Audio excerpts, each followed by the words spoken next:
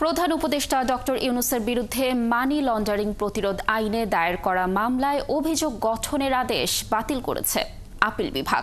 বুধবার প্রধান বিচারপতি ডক্টর সৈয়দ রেফাত আহমেদের নেতৃত্বাধীন আপিল বিভাগ এই রায় দেন। 2023 সালের 30 মে এই মামলা করে দুর্নীতি দমন কমিশন দুদক। তদন্ত প্রতিবেদনে বলা হয়, আসামিরা 25 কোটি 22 লাখ টাকা আত্মসাৎ করেছেন। অবৈধভাবে অর্থ পাচার করা হয়েছে, যা মানি লন্ডারিং প্রতিরোধ আইনে অপরাধ।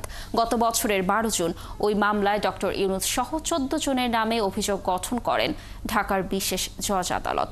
এই অবস্থায় অভিযোগ গঠনের বৈধতা নিয়ে মামলার কার্যক্রম বাতিল চেয়ে 7 জন হাইকোর্টে আবেদন করেন। পরে সেই আবেদন খারিজ করে দেয় আদালত।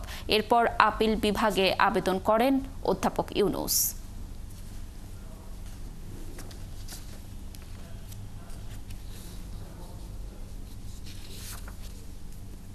নিশ্চয়ই শুনতে পাচ্ছেন, আমাকে একটু জানাবেন যে রায়ের বিস্তারিত কি তথ্য রয়েছে আপনার কাছে, আইনজীবীদের প্রতিক্রিয়া কি এ বিষয় নিয়ে এবং দুদকের কি মতামত জানাবেন।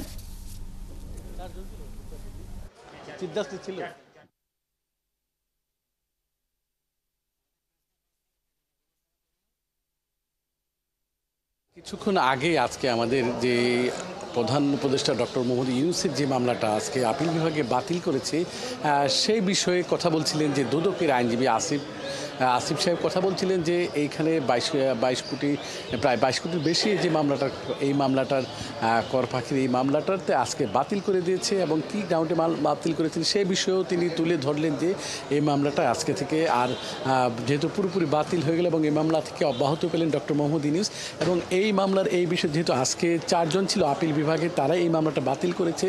তো কিছুক্ষণের মধ্যে হয়তো 10টা এখন 10:30 বা 11:15টার মধ্যে আমাদের যে অ্যাটর্নি জেনারেল তিনি এই বিষয়ে পুরোপুরি কথা বলবেন এবং তার থেকে পুরোপুরি আমরা জানতে পারবো যে কোন কোন গ্রাউন্ডে এই মামলা থেকে ডক্টর মোহাম্মদ ইউনূসকে প্রধান উপদেষ্টাকে অব্যাহতি দেওয়া হলো এবং এই মামলা বাতিল করা হলে সেই বিষয়ে আমাদের কিছুক্ষণের মধ্যে হয়তো 10 মিনিটের মধ্যে আমাদের যে অ্যাটর্নি জেনারেল তিনি পুরোপুরি বিষয়টি জানাবেন এবং তখনই কিন্তু আমরা পুরো জানিয়ে দেবো কোন কোন গ্রাউন্ডে তাকে আজকে এই মামলা থেকে অব্যাহতি দেওয়া হলো সেই বিষয়টি কিন্তু আমরা পরবর্তী সংবাদে জানিয়ে দিতে পারবো।